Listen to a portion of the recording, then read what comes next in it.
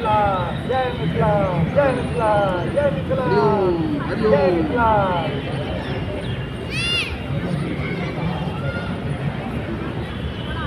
अहाँ के तपस्या सफल भेल, कहू की अहाँ के आशीर्वाद देब हम।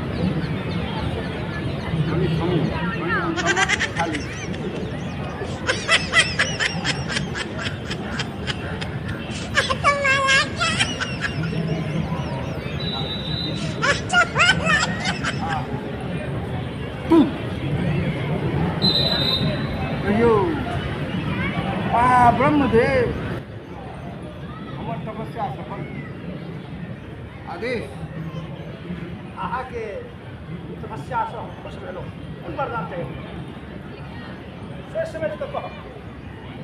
हमरा अमृत नहीं चाहिए, अमृत तो नहीं चाहिए, हमरा साहित्य अकादमी पुरस्कार चाहिए।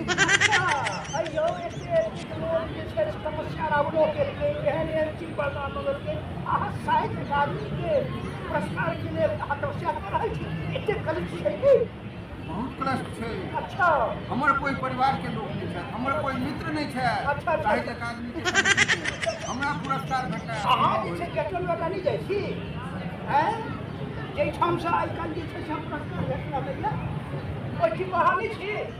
तैं तो हम कहलहुँ जे असंभवकारी छै, तैं ब्रह्मदेव हमरा साहित्य अकादमी पुरस्कार चाहिए। अच्छा जय मिथिला, जय मैथिली, खाली साहित्य अकादमी पुरस्कार। अयो हम यह गप ई वरदान यह वरदान उत्तर यऽ जे अल्फा बीटा गामा जाओ ओहि संगमे अहाँ जे छै से तऽ घुसिया जाओ, देखियो अहाँके अगिला बेर अहींके पुरस्कार भेटत। ई हमर वचन अछि। जय